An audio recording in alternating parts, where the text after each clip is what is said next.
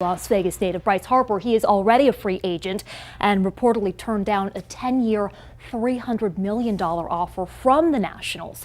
That amount of moolah might seem absurd to sabermetrics godfather Bill James, who this week tweeted that all players are replaceable, saying, quote, "Players are not the game any more than the beer vendors are." James is also a special consultant for the Red Sox, and his tweets drew a lot of criticism, including from the World Series champion Red Sox themselves.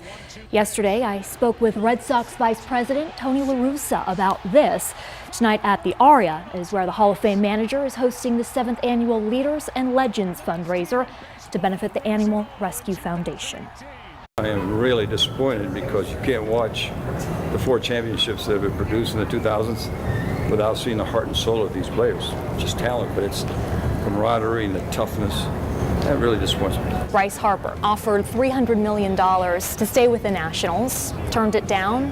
What do you think about that value compared to his value as a player? Well, I think every organization knows and they establish their own value. Harper is a very talented player, and according to the rules, he has a right as a free agent to not only pick the contract he wants to sign, and pick the place where he wants to play. I mean, I don't begrudge a huge talent like Harper looking around for the best deal.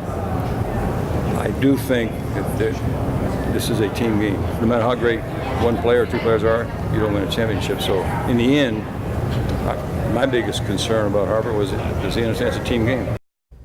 There's no I in team, but there are 2 I's in the word millions.